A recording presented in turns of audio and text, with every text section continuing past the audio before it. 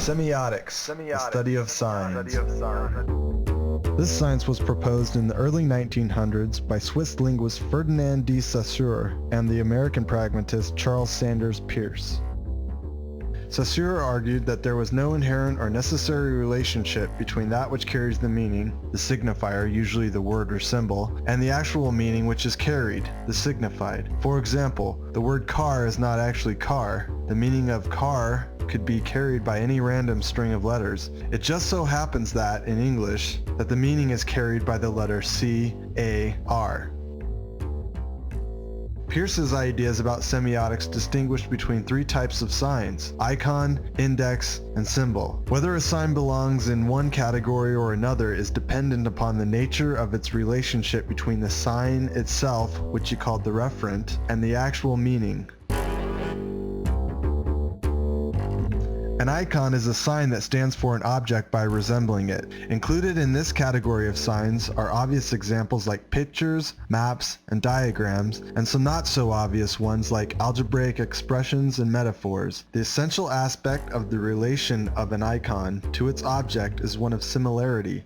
Indexes refer to their objects, not by virtue of any similarity relation, but rather via an actual causal link between the sign and its object. Smoke is an index of fire. A mark on a fever thermometer is an index of body temperature, and so forth. The relation between the sign and its object is actual in that the sign and object have something in common. That is, the object really affects the sign. Finally, symbols refer to their objects by virtue of law, rule, or convention. Words, propositions, and texts are obvious examples in that no similarity or causal link is suggested in the relation between, for example, the word horse and the object it refers. If symbols need bear no similarity or causal link to their object, then signs can be considered by the sign user in unlimited ways, independent of any physical relationship to the sign user. This point is of crucial importance and, in fact, lays the foundation for semiotic view of cognition in humans.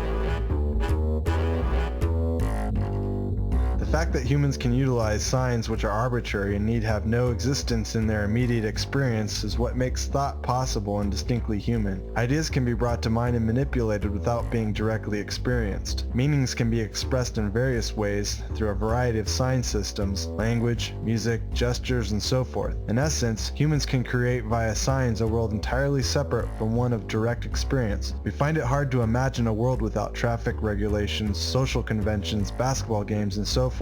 These are as real to us as trees and rocks. Yet they, as well as our understanding of trees and rocks, have come about via interactions of humans individually and collectively through the sign structures that we call culture.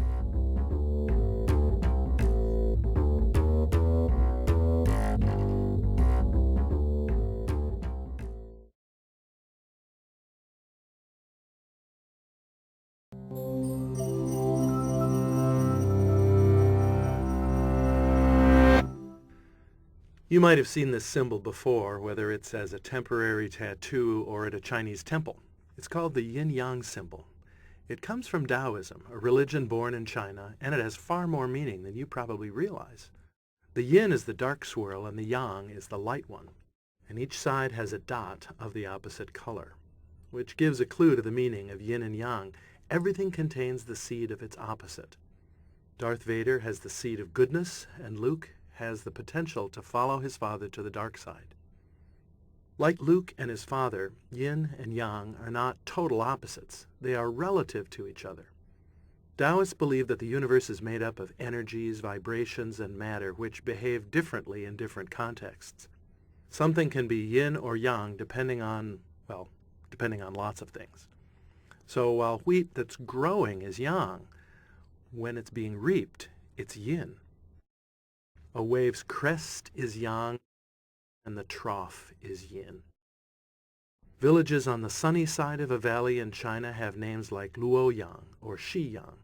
But on the shady side, for example, of the Yangtze River Valley, there's Jiangyin.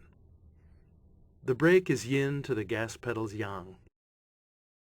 An eggshell is yang. The egg inside is yin. You think you're getting it? Yang is harder, stronger, brighter, and faster, but one can turn into the other, or are two sides of the same coin. The sunbeams are yang in comparison to the shadows. The pitch is yang, the catch is yin. The yang starts an action and the yin receives it, completes it. Yin is the inside space of a cup. It wouldn't be a cup without it. Yang is the cup. The coffee's heat, however, is yang, and its blackness is yin. Yang goes berserk sometimes, but there's some very powerful yins too, if they don't quite go berserk. Yin is the darker swirl, the female, but there's a white dot in it. And yang is the lighter, the male, but it has a black dot. Water flowing calmly in a river is yin, but when it goes over the waterfall, it's very yang. Toothpicks are yin compared with a telephone pole. The back of a person is more yin than the front. The top of the person is the yang end. Taoism teaches that there is a power in the universe. It's higher, deeper, and truer than any other force. They call it the Tao. It means the way.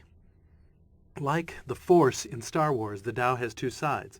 Unlike other religions where the higher power is all good and perhaps has an all evil rival, Taoism teaches that we need to learn from both yin and yang. And unlike religions with gods that are personal, the higher power in Taoism is not. Taoists believe that living in harmony with the way, a person will not have to fight against the universe's natural flow. So, for example, listen more, argue less. Be ready to back up or undo something, and you will make even faster progress. Don't worry about being the best. Be who you are. Live simply. Complications take you away from the Tao. The wise person is flexible, Taoists say. Learning to use the Tao is what Taoism is all about. And that's why you should know your yin from your yang.